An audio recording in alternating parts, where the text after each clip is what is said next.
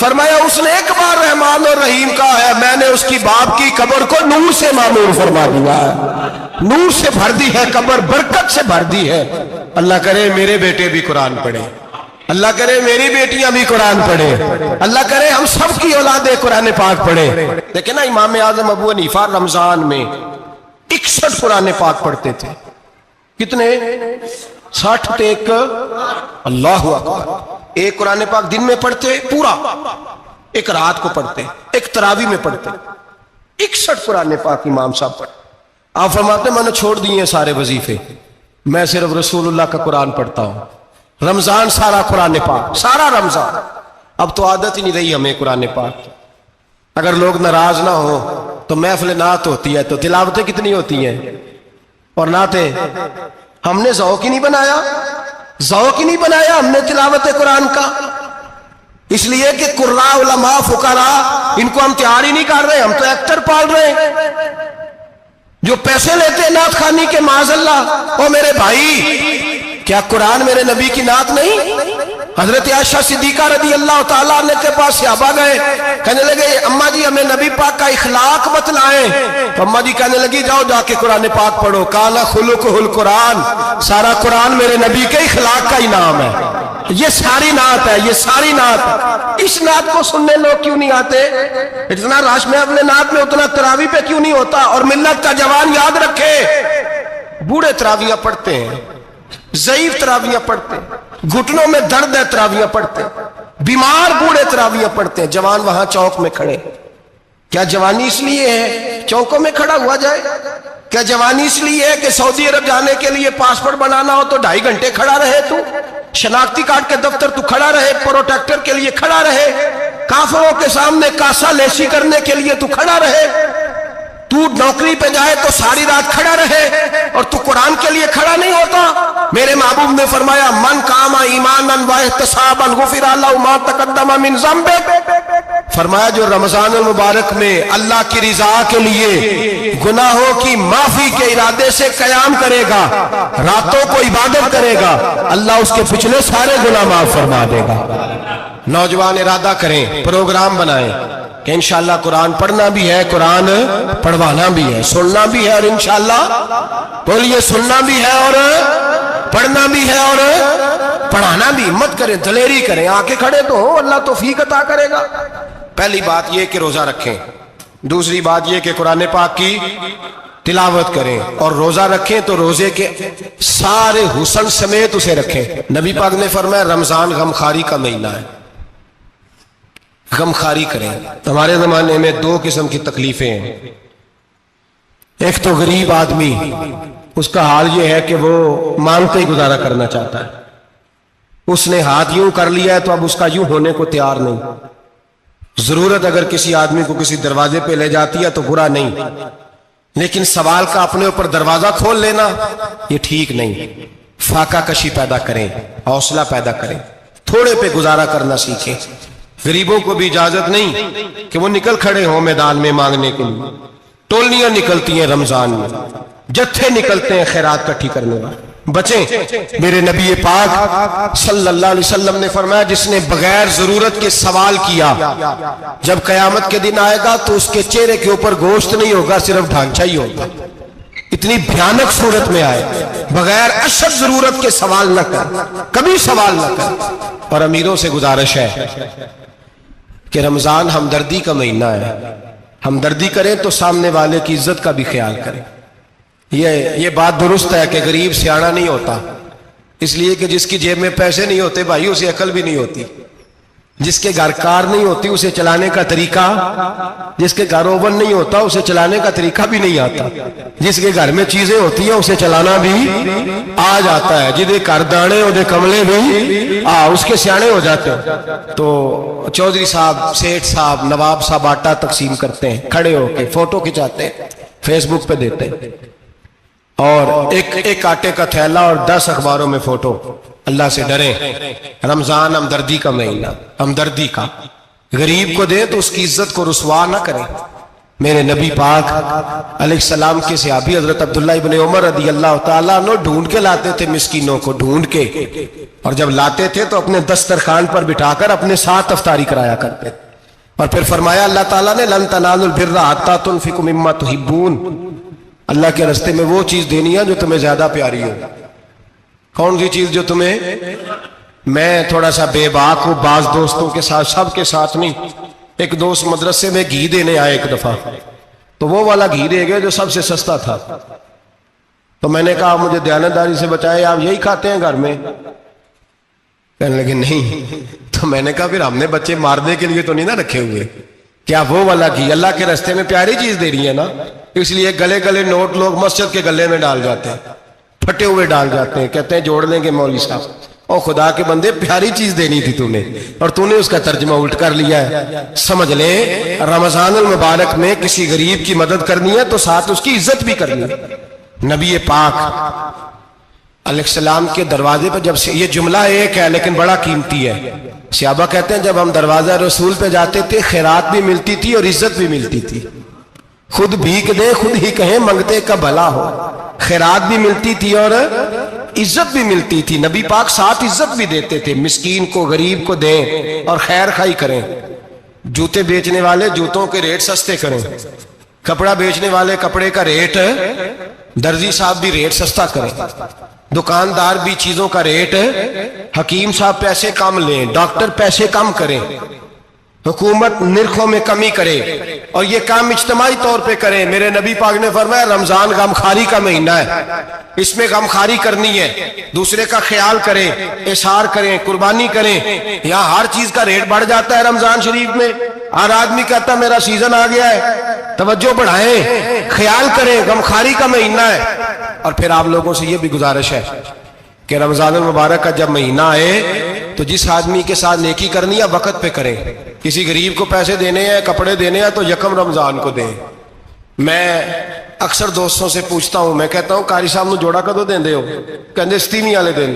میں کہ مینوں لگ گئی سمجھ، تہاڈی سازش ہے کدھر سواں کے پا نہ لگے، ایویں مولوی چودھری صاحب دے نال دے کپڑے پا لے تے کتے لکھیا ہے اینوں دینا ہے 27ویں؟ تسی دسو 27ویں والے دن کو درزی سی کے دیندا ہے، انہوں 3 گنا بھی پیسے دئیے تو کہندے جڑے باقی نے انہاں دے نہیں بٹن پہ لگ دے میرے کولوں، کتھوں جوڑا سی کے؟ تو کس دن دیتے ہو قاری صاحب کو؟ کیا مقصد ہے؟ پہننے کے لیے دے رہے ہو یا اس لیے دے رہے ہو کہ نہ پہن سکے؟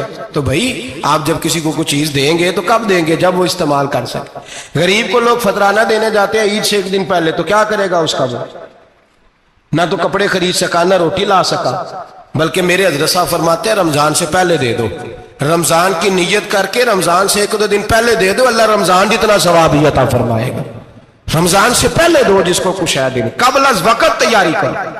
اور میرے قبلہ حضرت صاحب فرمایا کرتے اپنے کپڑے بعد میں، غریب کے بچوں کے کپڑے پہلے، اپنے گھر کی ضروریات بعد میں، غریبوں کی ضروریات، اس لیے کہ اللہ پاک نے ان کا رزق بھی ہمارے گھر بھیج دیا ہے، ہماری ڈیوٹی لگائی ہے کہ تم نے بانٹنا، بانٹنے والے بنو، اور یہ ذہن بنائے کہ پتہ نہیں کس کا حصہ تھا جو اللہ نے میرے گھر بھیجا، یہ ذہن بنا کے بانٹ۔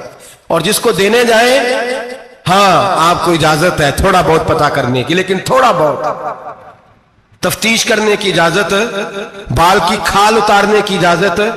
میں نے دیکھا ہے لوگ غریبوں کا انٹرویو لیتے ہیں، تیرا تو فلانا کمانے والا نہیں، تیرا تو فلاں بچہ، او بھائی بہت سارے غریب ایسے ہیں، بڑے ہیں جو کمانے کی کوشش کرتے ہیں لیکن ان کا سبب نہیں بنتا۔ ہاں ہے ایسے لوگ جو سعودی عرب چلے گئے ہیں، کہتے ہیں تیرا تو فلاں باہر نہیں گیا، ہے گیا ہے، لیکن سارے سعودی عرب جانے والے بھی مال کمانے کی طاقت نہیں رکھتے، کئی وہاں بھی بیٹھ کے بیچارے قرضوں میں الجھے ہوئے ہیں، وہاں والوں کے ظلم کا شکار ہے، بہت ساری آزمائشوں میں تو تفتیش کرتا ہے۔ میرے امام شافعی کا ایک جملہ اگر آپ کو یاد رہ گیا تو بات بن جائے گی۔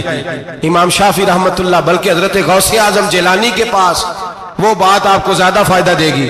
حضرت غوث اعظم جیلانی کو ان کا ایک مرید سمجھانے لگ گیا، کہنے لگا حضرت جی آپ سب کو ہی دیتے رہتے ہیں، ہر بندہ مستحق نہیں ہوتا، ذرا ٹٹول کے دیا کریں۔ تو غوث اعظم جیلانی فرمانے لگے بھائی مجھے تو لگتا ہے تو بھی ان چیزوں کا مستحق نہیں تھا جو اللہ نے تجھے عطا کر دی ہے، پہلے تو بتا تو مستحق تھا، تجھے اپنی حیثیت اوقات کا پتہ ہے جو اللہ نے تجھے دے دی ہے؟ طاقت تھی